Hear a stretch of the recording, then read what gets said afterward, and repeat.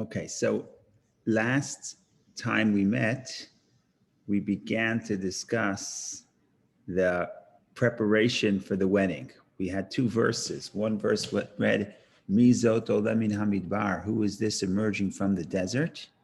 And that was referring Mizot, this in feminine form. In Hebrew, it's clear that it's feminine. Mizot Olamin Hamidbar, who is this ascending from the desert, going up?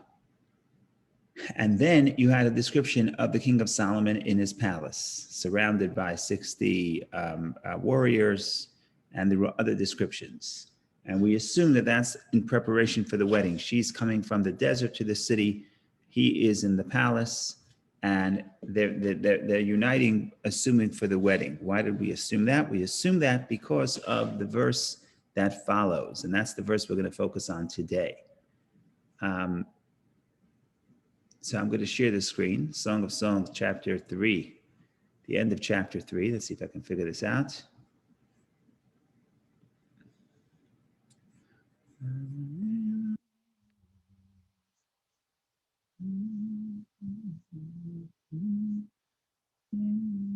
Right? Okay, so that's what we read last week. Last week we read number 6, verse 6. Who is this coming up from the desert like columns of smoke, perfumed with myrrh and frankincense, of all the powder of the peddler? And then we contrast that to the bed of Solomon, the bed of Solomon, 60 mighty men are around it, of the mighty men of Israel. They all hold the sword, skilled in warfare, each one his sword on his thigh because of the fear of the night.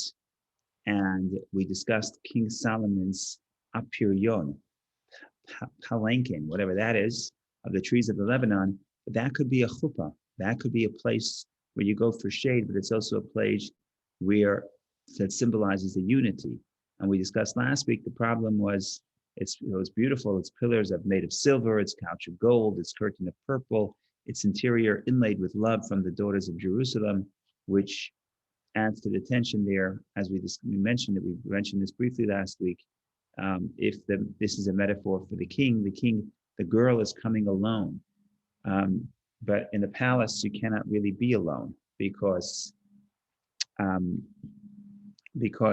so many people there. Just a second, I apologize.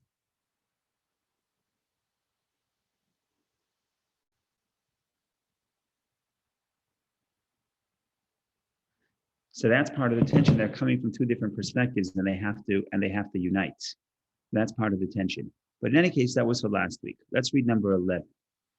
And here is a verse that we assume describes the wedding.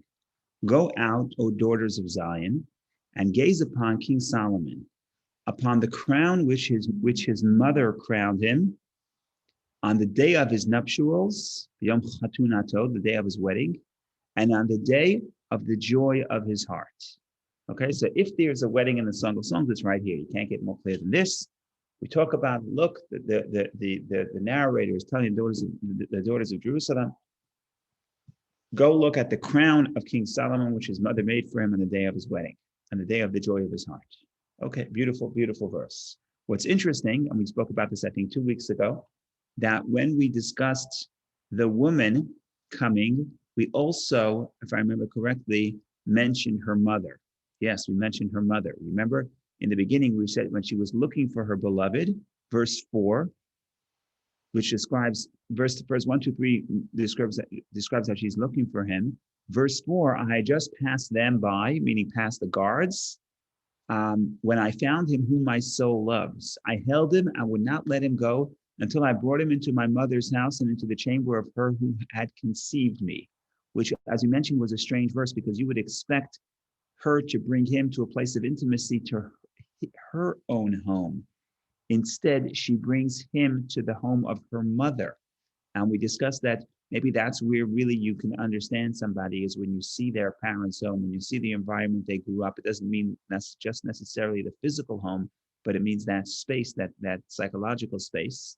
What's interesting, King Solomon, after we discussed his great might and his great power and his crown, we also mentioned the mother. Who was King Solomon? When you see a king, you don't think of the king's mother. But that's really what verse 11 is telling us. Verse 11 is telling us is a wedding. And with that royal wedding is a lot to look at. What does the narrator tell the girls of Zion to look for? Look at the crown which his mother gave him. Okay, so just like in the beginning we spoke about the mother, the end of the chapter also speaks about the mother. So that's interesting. You want to understand King Solomon, you have to understand his mother. By the way, in the simple story, which is King Solomon, his mother is instrumental. How does he become the king? He becomes the king because of his mother Bathsheba. There's a story in the first book of King, in the first chapter of the verse of Kings. We read in one of the Haftorahs, the Haftorah of Vayechi, if I'm not mistaken. Yes. So how Solomon and David had a few wives, and there were a few sons who were vying for the kingship. And Bathsheba intercedes with her husband David to make sure that it is going to be Solomon who will be the king. So in reality, the crown is given to him, but crown also is a symbol of monarchy. The monarchy is given to him by his mother. So that's just a little bit about the mothers. But now we want to deal with the verse. And it's a wonderful verse that describes a wedding, and they say, go look at the beautiful crown of the king. All good and fine. So on the simple level, it's quite clear to understand what the verse is saying. The moment you start talking about the historical level, okay, the historical level is also, what's the marriage? The sages say, it's quoted in the Medrash, it's also quoted in the Mishnah, that the day of the wedding is the day of the giving of the Torah, the day of the rejoicing of the heart, which here it sounds like one thing, the day of his nuptials, and on the day of the joy of his heart. There, Rashi is going to tell us that it's two separate times. The Mishnah and Rashi, they diverge a little bit. But the point here is, it's either the giving of the Torah and the building of the tabernacle in the desert, or the giving of the Torah. The Mishnah says it's the giving of the Torah and the building of the temple in Jerusalem hundreds of years later. And I alluded to this last time, but in the Jewish wedding, there's really two parts. And there's betrothal and marriage. Today, we do them both together under the chuppah. But in the ancient world, in up till about 1,000 years ago, they did it about a year apart. In the beginning, there was betrothal, which is engagement, and that is legal marriage, but it's just the wedding has not been consummated yet. It's not concluded yet. So they wouldn't live together, but legally, they are a married couple. And a year later, they would actually come together under the chuppah for what they would call nisuyin, for marriage. And both those steps are important, and both those steps have significance. Today, we, under the wedding chuppah, under the wedding ceremony, we actually do both of them together. So but that's historic. So therefore, it's not so surprising that the wedding is actually two different occasions. There's B'yom Chatunato, the day of his nuptials, that's the giving of the Torah. The day of the rejoicing of his heart is the day of the day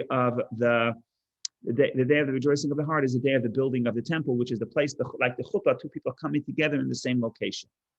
And it's either the temporary temple in the desert or the permanent temple in the days of Solomon. That's what the Mishnah says, the temple that Solomon built in Jerusalem. That's what the Mishnah says. And actually that fits well because we're talking about King Solomon. So we could be talking about his marriage. He represents the marriage of the God and the Jewish people by building the temple. Okay, that's just a little bit technicality. We're going to read this in Rashi. But there's a big elephant in the room. When we speak about it in the historical perspective, and when we speak about this in this perspective of the Jewish person and the Jewish soul and God, God is the groom. This brings us to a big question. Who is God's mother? This almost like explodes and destroys the whole analog. In other words, we're talking here and we're saying there's a bride and there's a groom, and God is the Jewish people, and God is the groom, and the Jewish people are the bride, and it's so romantic, and everything is fine, everything goes until we hit verse 11. Boom. His mother gave him a crown on the day of his nuptials. Who's the mother? Who's God's mother? I know what other faiths say, but of course we don't say that God has a mother. So what are we going to do with this verse? And you'll see this was a big issue, and you'll see that this is a big issue. The sages deal with this, and the sages have to deal with it. And later we'll get to the way the Kabbalists deal with it. And what we're going to try to do today in the limited time that we have is try to address both aspects: the question of what's the mother, and the question is why is the temple, why is the day the Torah was given considered a marriage, and why is the building of a temple considered the joy of the heart? Why that expression? You could say a lot of things about a wedding, joy of the heart. So we have a lot to cover. We'll do our best to at least try to cover all the bases. Worst comes to worst, we'll spill over to next time, even though we like to do a unit at a time, but we'll see what happens. Okay, so the first thing we have to deal with is we have to pull up Rashi. By the way, of course, questions, comments, please jump in. Don't wait for the end because better to say it right now. Okay, so let's deal with this Rashi right here. Okay, we got a long Rashi because, like I said, this is a little bit problematic. Upon the crown, I'm going to leave the Zion for a second. Let's deal with this for a second, Rashi. Upon the crown with which his mother crowned him. This refers to the tent of meeting, which is crowned with hues blue, purple, and crimson. In other words, okay, let's go to the second Rashi first. On the day of his nuptials, the day of the giving of the Torah, when they crowned him king for themselves and accepted his yoke. So the day that we accepted God, we accepted the Torah, we crowned God as a king. And that's also our marriage. On the day of the joy of his heart, this refers to the 8th day of the inauguration when the tabernacle in the desert was dedicated. A few months later, they built the temple. They had 7-day inauguration. The 8th day was the day when the divine presence dwelt in the Mishkan, in the tabernacle. Says Rashi, that is the day of the joy of his heart. It was a very joyous day. The verse says, when they saw the divine presence, the fire coming down from the heaven, the entire people saw and they rejoiced. So we know it's a joyous day. Like I said, later the Mishnah is going to say it refers to the building of the temple in Jerusalem, but it's the same idea. The temple, the Mishkan, the portable temple, the temporary temple, same theme. Okay, fine. What does it mean, the crown that we gave God? So if the chuppah, if the canopy is the tabernacle, then the tabernacle is beautiful. It's made of all different, the covering is made of all different colored, wool dyed in all different colors. So that's the crown. That's the first thing Rashi says in this long Rashi. Upon the crown with which his mother crowned him. This refers to the tent of meeting, which is crowned with hues, blue, purple, and crimson. Okay, now we get to the drama. Rabbi Nechunya said, Rabbi Shimon Bar Yochai. Okay, who's Rabbi Shimon Bar Yochai? Rabbi Shimon Bar Yochai is the great mystic. He is the author of the Zohar. Okay, so he's into mysticism. When he sees this verse, what does he say? He asks Rabbi Eliezer, son of Rabbi Yossi, perhaps you heard from your father, what is the meaning of upon the crown which his mother crowned him? What does this verse mean? Now, I have no idea what the question is, but I assume is, what does it mean that there's a crown? What does it mean there's a mother? What does it mean that the Jewish people could make a crown and the Jewish people are called God's mother? Now, he's a beautiful reply. I don't think the answer is fully answered until you get to the Hasidic interpretation. But when Rabbi Shimon Bar Yochai heard this, he was overwhelmed and so excited. Why exactly was excited? How it answers the question, I don't know. We may need the mystical interpretation, but Rabbi Shimon Bar Yochai was a mystic, so he understood it. Okay, so let's read the answer. What does the answer say? He replied, this is who? This is Rabbi Eliezer, son of Rabbi Yossi, telling Rabbi Shimon, this is what my father told me. He replied, this is a parable of a king who had an only daughter, of whom he was very fond. He could not stop loving her until he called her my daughter. As it is said, hearken, daughter, and see. That's in Psalms. He could not stop loving her until he called her my sister. As it is said further in the Song of Songs, open for me, my sister, my beloved. He could not stop loving her until he called her my mother. As it is said, hearken to me, my people and my nation. But in this case, the word nation is written uli-umi. Le'om could be nation. Bend your ears. In other words, my nation, bend your ears. In other words, stop listening to God. So Rabbi Yossi said, it is written uli-umi. It's written without a vav, which can be read uli-imi and to my mother. The way it's spelled, le'umi, my nation, the way it's spelled here without a vav could be read le'imi, my mother. In other words, here we have, what's the answer? The answer is a parable. There's a father who loves his daughter. He calls him my daughter. He calls him my sister. He calls him my mother. Now, Rabbi Shimon Bar Yochai stood up and kissed him on his head, etc. He was so excited, so overtaken. You saved my life. You saved the whole book. Now I understand. Now I understand the question of how God has a mother. So he was so overwhelmed, he kissed him. How does this answer the question? I don't know. But what it's telling you is it's not really a mother, right? What was the problem? Who's God's mother? We're not really mother. There's a man who loved his daughter. So we're talking about the daughter. The Jewish people are again the daughter. In other words, we're not the mother of God. Why does this refer to mother? Because we have different titles. If you love somebody, you call them my daughter, you call them my sister, you call them my mother. That's the answer. So it would solve the problem. But like I said, I don't think this answer is fully solved until you get to the Hasidic interpretation. The Hasidic interpretation is going to explain what aspect of our relationship with God is indeed like a mother, which will explain that we have all different titles. In one sense, we're a sister. In one sense, we're a daughter. In one sense, we're a mother. But I believe that Rabbi Shimon Bar Yochai understood what I'm about to say, what the Hasidic teachings have revealed, because he authored the Zohar, so he certainly knew this. So when he heard that, we're not talking about the mother, we're talking about there's an aspect of our relationship which is like a mother, that he understood. He was so happy. But look at the description. He got up and he kissed him on his forehead, on his head. In other words, this obviously there was a lot at stake here for him. He was so excited by the fact that he got this answer. So now we dealt with the first two levels. We dealt with the simple meaning. People are coming to King Solomon's wedding. When you go to the king's wedding, there's good food, there's sushi, there's wine. So the narrator says, don't get distracted by the food. Go look at the essence. What's the essence? Look at the beauty. What's the beauty? The crown which his mother made for him. That's level number one. Level number two, we're talking about God and the Jewish people. We're talking about the wedding of God and the Jewish people. The wedding has two steps. The wedding has the giving of the Torah.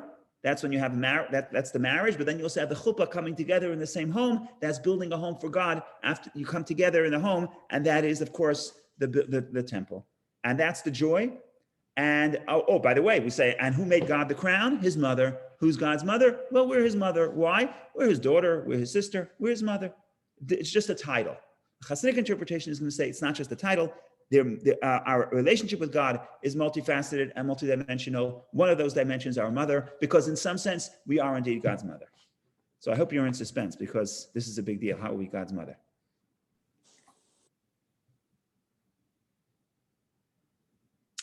Rabbi, can I ask you a quick question?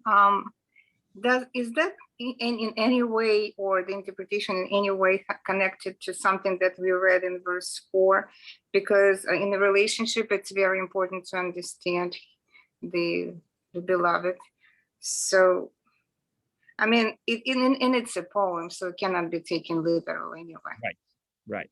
So 4 said, I burned to my mother. But in that interpretation, we understand the mother of the people is God.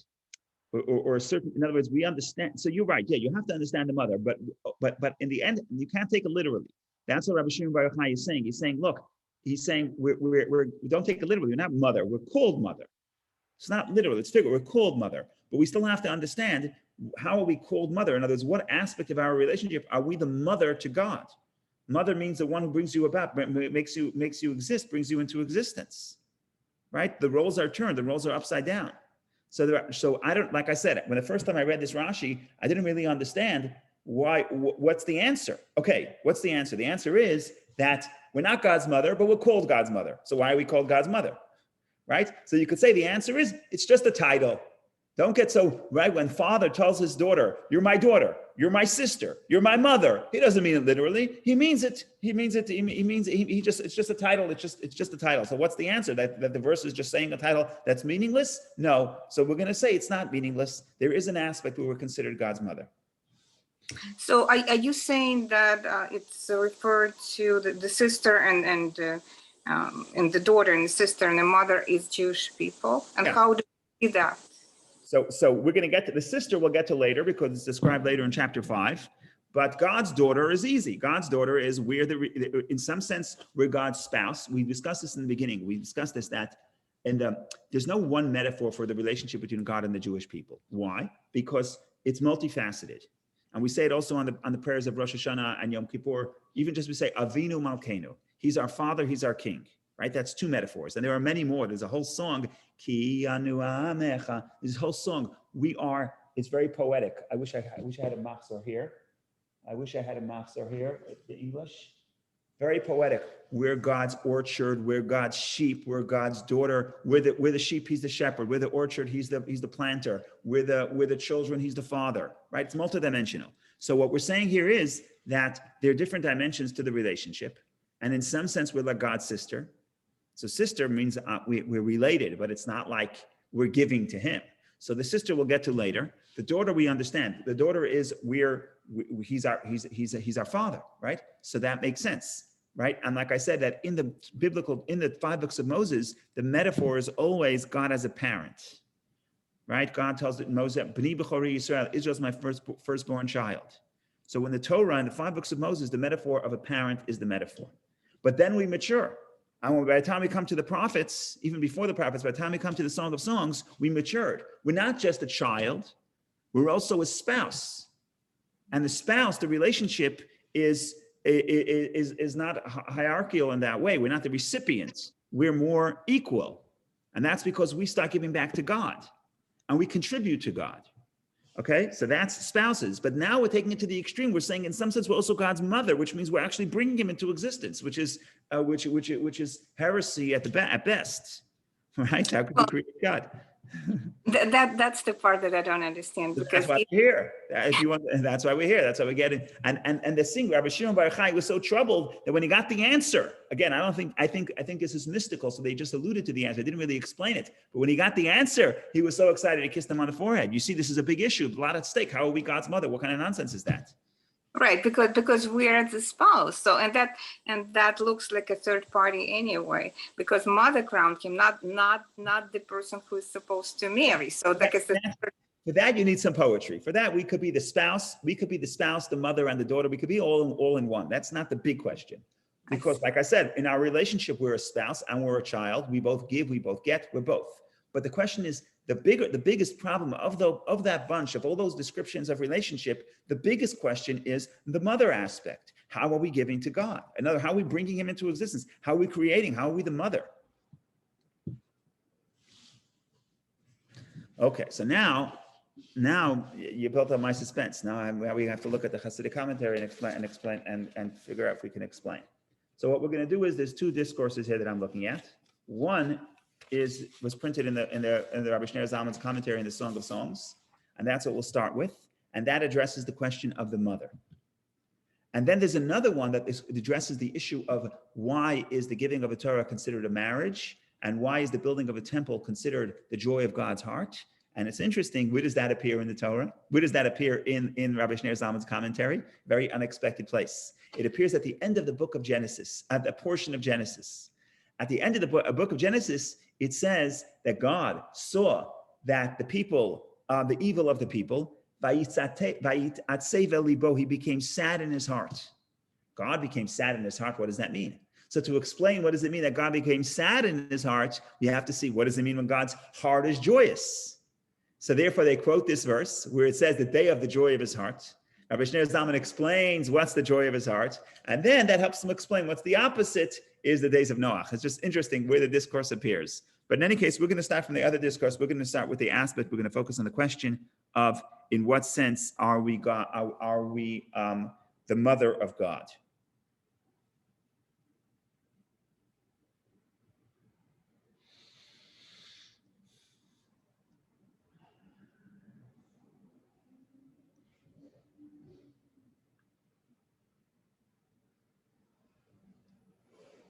Okay, so I have to say a joke. It's just a funny joke. It's not a funny joke. Because we're talking about names of God here. The joke is like this. It's not a joke, it's a true story. But the person who said it, it's so funny. Oh my God. So this guy was a guy who grew up in Crown Heights, a very sheltered neighborhood. And his parents were Russian, so he knows Yiddish. And it was his first time he was going to try out and get a position as a rabbi in Arizona, in Tucson, Arizona. True story. I heard this from his mouth. So he goes there and he gives us, and they ask him to speak. And he gives a whole speech on Shabbos. He's so proud of his speech. He's working on it for many weeks. And finally he gives his sermon.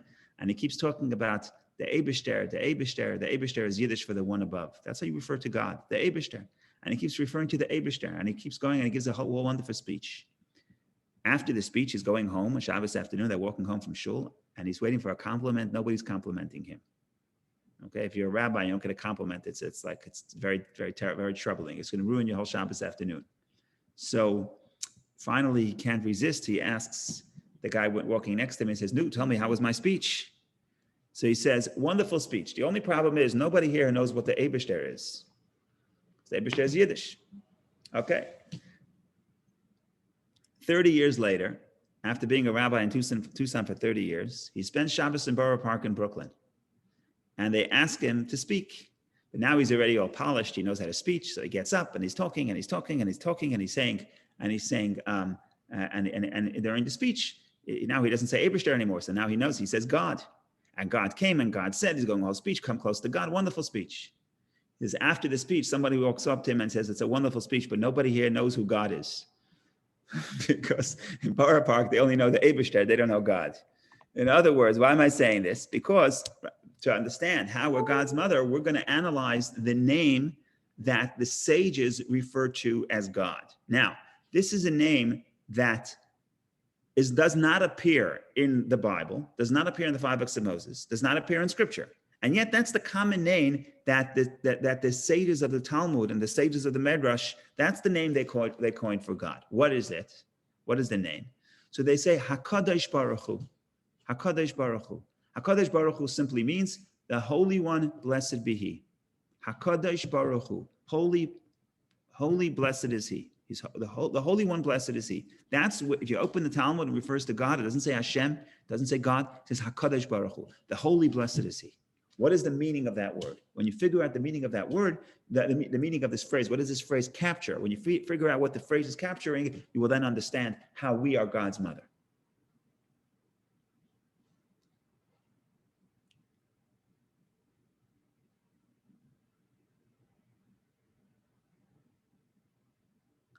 So let's break this up. In other words, let's break this up for a second. HaKadosh Baruch Hu, Kadosh. What does Kadosh mean? Kadosh means holy. Holy, I don't know what holy means in English. I don't know what the etymology is. But in biblical Hebrew, Kadosh, holiness, means something that is separate and apart, designated for a specific use. That's how you use the term holy. When you say an object is holy in biblical Hebrew, it means it's dedicated for the service of God. It's dedicated for the service in the temple. Separate and removed from everybody else. It's very interesting to understand that, and that's why in biblical Hebrew, the word kadosh, the word holy, is not reserved for holiness. It's either extreme holiness or extreme unholiness. What do I mean? So there's an example in the Torah, there's a commandment that against harlotry. Person shouldn't be a harlot, either male or female. Both, there's 2 commandments. The word for a harlot in the Torah is kadesh or kedesha, same exact letters of holy. Why? Because what is a harlot in the perspective of the Torah? Someone designated for promiscuity, someone designated for adultery. Okay, so it's designated for something, that's kadosh. But designated means separate and removed. That's the definition of kadosh. Kadosh means separate and removed. When you say HaKadosh Baruch Hu, when you say God is holy, you're basically saying God is transcendent, God is separate and removed. That's Kadosh, that's holy. Now, then you say the Holy One, blessed be He. Now, blessed is very interesting because blessed in the original Hebrew, the connotation is the opposite of holy. Blessed, the etymology of the word Baruch, blessed, is drawn down. That's what the word Baruch means.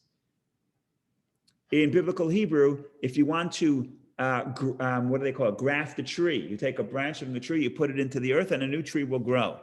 That act of pulling the branch downward is called hamavrich. Same word, bracha. Bracha is drawing down. So when I say I want to give you a blessing, I want God to bless you, I'm saying I want God to bring down energy for you. When I say I want God to be blessed, it means I want God to be drawn down into this world. So what does this mean? It means, if you want to put these 2 ideas together, contradictory ideas. The sages come up with the word for God, a name for God, which captures the 2 extremes. On one hand, He's kadosh. On one hand, He's removed. On the other hand, He's immanent and He's present. He's removed and He's present at the same time. Why is this so important to understand? Because this gives us a theological understanding of God. Usually, when a person is invested in something, he is invested in that thing that takes up his attention. You cannot think about 2 things at the same time. If I'm thinking about one thing, then I'm present here, I'm present nowhere else. If I have awareness of one thing in my mind, I'm limited to that thing, and I'm here to the exclusion of everywhere else. That's the way it works, even with something spiritual. My soul is a spiritual entity. But if my soul comes into my body, and now I'm thinking about mathematics, so I'm thinking about mathematics, I'm not thinking about something else. I can't think about two things at the same time. I can't be in two places at the same time because I'm present. It could be I don't care. I'm oblivious. If I'm oblivious, then there's nothing capturing my attention, so I could just sort of hover around the room. Think about a room. I go to a bar mitzvah. I go to a bar mitzvah. I could either be hovering above, meaning to say I'm not engaged in conversation with any one person, and I'm taking in the scene as a whole.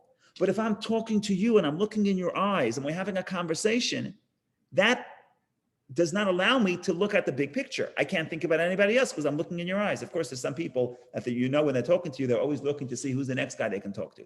That's very annoying. But in any case, if you're a mensch, if you're talking to somebody, you're looking in their eyes and you're invested in the conversation, you can't focus on two people. That's the normal way that's the normal way for creation. What are we saying about God? He is invested. He's talking to you. He's involved in you, but he's not limited by that. He could still be aware of everyone else at the same time. Why? Because he is also aloof. He is present and aloof at the same time. So Baruch, blessed, represents the fact that he's present and involved and engaged. Yet that engagement doesn't trap him. He also remains aloof. That's HaKadosh Baruch Hu, the Holy One, the one designated, separate, and removed. Yet together with that, simultaneously, he is also present, and therefore he can be everywhere and be involved with everybody, everywhere, everyone, and everything at the same time. So that's the word. That's why the sages refer to God in that way, because they want to highlight this paradox about God, different than any other holiness and any other level. Usually people are either present or aloof. Not just people, also every state of mind, even the angels, you're either present or aloof. You can't be both at the same time. Only God can be both at the same time. And that's how Rabbi Shneur Zalman quotes the verse. There's a verse that says, Ein kadosh ka Hashem. There's no one holy like God.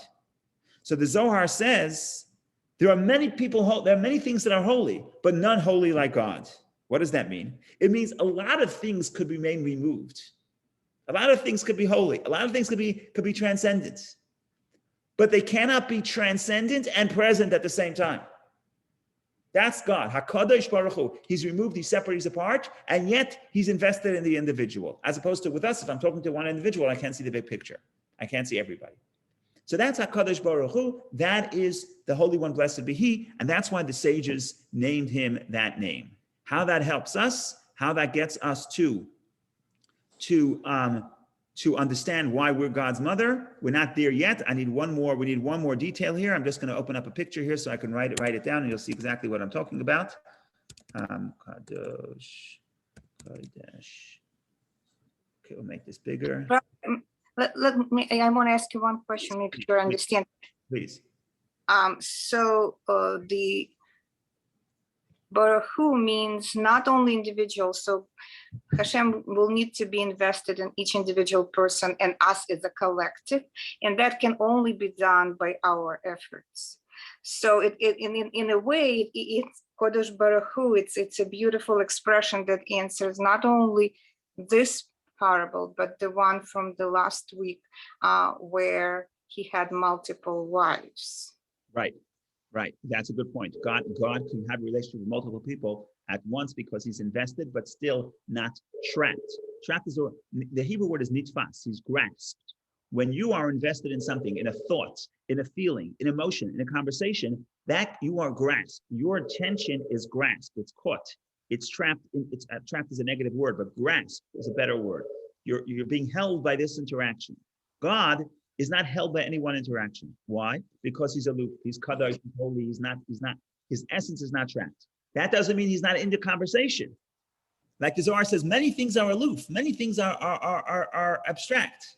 But there's no one that's aloof like God is. That's holy and separate like God is, because he could be separate and present at the same time. And the result of that is that he can be everywhere at the same time. Because every interaction doesn't grasp him. But make no mistake, it's not because he's separate, he's also present. He's present in the conversation.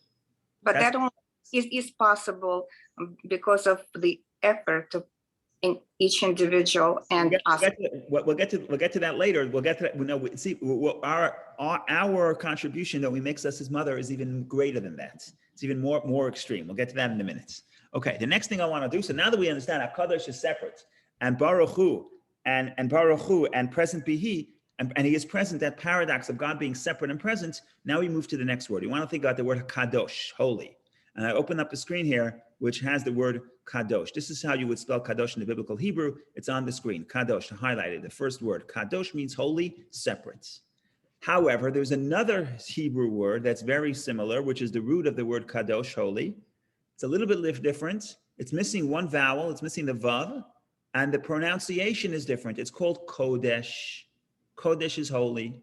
Shabbat Kodesh, the holy Shabbat. So you have Kadosh and you have Kodesh. Sounds very similar, but it's very different. What is the difference? Kodesh means, we said, separate and apart. Kodesh means completely separate and apart. Kadosh, with the vav, in the Kabbalistic language, vav always means drawing down. That's why the vav actually looks like a line from the top to the bottom. Okay? So kadosh means to draw the holiness down. Kodesh means holiness that is completely separate and apart. Kadosh means it's the holiness that is distinct, but it's already drawn down. What does this mean for us? Everything that we discussed about God so far, that he is transcendent and yet present, all of this is God's light. It's not God's essence. God's essence is infinite, and God's infinity naturally is completely removed from interaction with the finite world. We are the mother of, not of God, not of the infinity of God, no. We are the mother of HaKadosh Baruch Hu. We are the ones that make God the Holy One, blessed be He. We are the ones that bring His infinity into the finite reality. And when He does so, that's when He has the paradox of being distinct and yet present. But who brings Him into the realm of the limited, of the world, of the finite? Who draws Him down to make Him finite? That's not Him. That's not God Himself. Naturally, God would be in a state of infinity.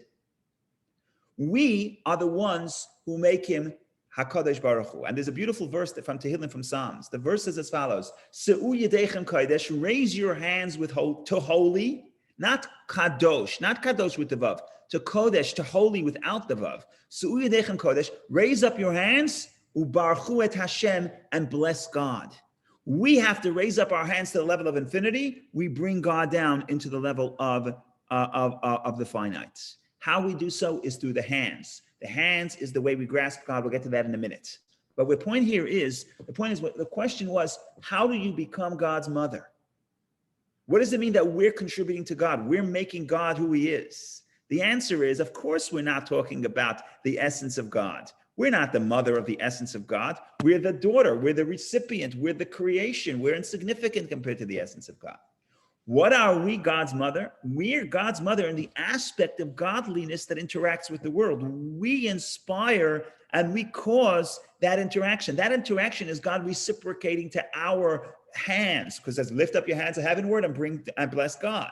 So in other words, we are the ones who inspire God to come down into this world and to have a relationship with the finite creation. In that sense, we're the mother. We created this notion, not the notion of God, not the notion of the infinite God, the notion that the infinite God puts Himself in that paradox of being, yes, being removed, but being present also. That's us. That's the mother. That's who we are. That's what we accomplish. How do we accomplish it? Through raising our hands. There's the right hand, there's the left hand. According to the Kabbalah, there's Yechud Eilah, Yechud Tata, higher unity, lower unity. It's the two types of awarenesses of God. We can elaborate upon it. But the point here is, we are God's mother because we bring God down into this stage of being in a relationship with the finite world, placing Himself in the language of the Kabbalah, placing Himself, expressing Himself in the 10 sfirot, in the 10 limited ways of expression. Why would God express Himself in 10 sfirot? To create a limited world? Because He anticipates the relationship with us. We trigger that desire for Him to come down into the finite world. In that sense, we're His mother. And that's exactly, I believe, what Rabbi Shimon Bar Yochai understood. Rabbi Shimon Bar Yochai, of course, is the author of the Zohar, spoke all about the 10 sfirot. He understands that when Rabbi Yossi, when Rabbi Elazar, the son of Rabbi Yossi, tells him this parable that it doesn't mean we're God. It means in some sense we're God's daughter, in some sense we're God's sister, in some sense we're God's mother. He understood it means we are contributing to him the way he interacts with the world. In that sense, he is our mother. In that sense, we are his mother, I should say. Well, the question is, Rabbi Shimon Bar Yochai understood, but did the person saying that understood the depth? Yeah, I think Rabbi Yossi, Rabbi Shimon Bar Yochai, it's not just him. He had a whole chavraya. He had a group of sages that studied the Kabbalah with him. Not all the sages, but some sages. And therefore, if Rabbi Shimon Bar Yochai went to them for interpretation, obviously they understood. But again, in those days, the Kabbalah was supposed to be hidden. And therefore, they didn't spell out exactly what the Kabbalah later is saying. Because later, when the Kabbalah was revealed, like the Arizal says, now it's a mitzvah to reveal this wisdom. Now we could have the teachings of Hasidus to explain to us what this means. And this is very deep. It means the conventional interpretation of Judaism is we're just recipients. We're just, God does everything for us. We just have to respond. We just have to follow his commandments and he'll give us what we need. But it's a very top-down relationship. This is a radical verse. This verse, if you're coming to a marriage with God, means that you understand that you're actually contributing to the relationship, not just contributing something, but in fact, you're creating God. You're creating the notion that the infinite God will be and have a relationship with this world. In other words, otherwise he wouldn't be God. He would be infinite, but he wouldn't have a relationship with the creation. So you're creating the God. I know you have to be careful how you say this because you're going to come and say, what do the rabbis say? It says, we create God. Yeah, if you say it that way, it's heresy. That's why even the question, Rabbi Shimon Bar Yochai doesn't spell out the question. And I think that's what he's saying. He says, did your father tell you the meaning of this verse? He doesn't say, wow, what are we going to do with this verse? How could we be God's mother? Right? He doesn't spell it out because even spelling it out, articulating it could be heresy if you're not approaching this with the right sensitivity. Right? But now, if you have the training and you understand that it's not literal, it's figurative. And we're saying the concept that God wants to come and have this special, unique relationship with the world of, despite being removed, also being present. That's inspired by us. And we have to create that desire to connect to him, which makes his desire to create to us. And we can talk about the two hands. We had the verse, raise your hands heavenward and bless God, meaning bring God down into existence. Rabbi Shneur Zalman says you have the right hand, the left hand. The right hand and the left hand represent two levels of unity, which we discussed in the past. Upper unity is God's perspective. God's perspective is the entire world is insignificant. We close our eyes and we say, Shema Yisrael Hashem Elokeinu Hashem Echad. Hear, O Israel, the Lord is our God, the Lord is one, which means nothing else exists. Yeah, I know the world exists, but in comparison to the infinity of God, it's insignificant. And we understand that. We understand that intellectually. Some people are on that level, most are not. Therefore, there's a lower unity. Baruch Shem Kvei Nachusah. They add the verse, blessed be the name of the glory of his kingdom forever and ever. What does that mean? It means if you understand intellectually that we're insignificant, that the whole creation is insignificant, and the only significant thing is God, but you understand that intellectually, but you can't relate to it emotionally, so you have a lower unity. What's the lower unity? The lower unity is you sense that the world exists, but you understand that it's created and brought into existence by God. So therefore, serve God because God is the source of the world. So it's a lower level of unity. Consider the left hand. When you grasp somebody with the right hand and the left hand, then you have a relationship with him. When we think about both these forms of meditation, God's perspective at the world is insignificant. Our perspective at the world is very significant, but that we are dependent on God.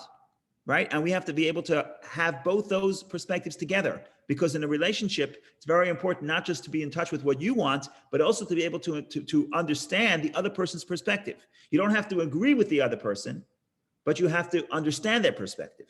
If you don't understand their perspective, it's not a relationship. So with our relationship with God also, we have both aspects. We have the higher level of unity and the lower level of unity. We don't relate to the higher level of unity, but we at least have to understand it. And that's why we cover our eyes when we say the Shema, because what are we telling ourselves? We're saying we're not on that level, but we have to close our eyes. Don't look at the world the way you filter reality, the way you perceive reality, because that's only one perspective. Cover your eyes and open yourself up to the way God perceives reality. Which one is true? The Kabbalah says both are true. Both are legitimate. There's two perspectives. And the bottom line is, all this is to explain the verse, raise your hands in holiness, raise both levels of unity, have a desire to appreciate and understand God, either from God's perspective or from our perspective. And then what do? But we go to the level of Kodesh. That's without the Vav. If you raise your hands and you want a relationship with the infinity of God will be blessed. Baruchu et Hashem, you will bless God, you will bring him down into this world. Okay, so this was very Kabbalistic, but very important. I intended also to talk about the wedding, but I got distracted by the mother of the bride, by the mother of the groom. Spoke too much about the mother, so we didn't have time to speak about the actual wedding. So the actual wedding we'll talk about next week, but at least now we know who the mother of the groom is, and that is none other than you. So mazel tov to you, because you gave him his crown, you made him the king. What does it mean? Without you, what would he be? He would be infinite, but he wouldn't be the mother, he wouldn't be the Holy One, blessed be he wouldn't be invested and present within the universe. So this is, I think, certainly for me, from my perspective, it's interesting, but it's also revolutionary, the ramifications of the way we understand our relationship with God. It's not just that we receive, we're responsible for the connection of God and the universe. And God only wants to be in this universe in response to our desiring to connect to him. Right? I always talk about this before Rosh Hashanah because this is a very deep Kabbalistic principle about Rosh Hashanah. We have to awaken our desire to connect to God in order for God to connect to, in order for God's desire, in order to elicit within God his desire to be within this world. I have the metaphor. Metaphor is, what's the most important part of any, you take somebody on a date. What's the most important, or you go on a date. What's the most important thing you need to hear in a relationship? What's the most important you need to feel? You don't have to feel smart. You don't even have to feel pretty. You have to feel the other person wants to be here. If the other person doesn't want to be here, you don't want to be here either, right? So same thing with God. God is infinite. He's got a lot to do with his time. He doesn't have to be invested in the world. The only way he wants to be invested in the world, if he feels that the other party, we want a relationship with him. If we don't want a relationship because we're too busy paying the bills, so we're distracted from our desire to connect to him, he doesn't either want to be here. So Rosh Hashanah is the time that we redirect our desire toward him. And in turn, he redirects his desire to have a relationship with the world to us. And that brings about with it a flow of energy and a flow of blessing. But the point here is we are creating this bond. We're creating his relationship with the world. In short, we are his mother. Come back next week, or I think hopefully God willing, we'll do it next week. We'll talk about the wedding. We'll talk about the joy of the heart. But again, we first have to focus on the mother of the groom. And now we've done that. And that is you. So mazel tov for your role as being the mother of the groom. Thank you, Rabbi. Thank you, Rabbi. Shabbat Shalom.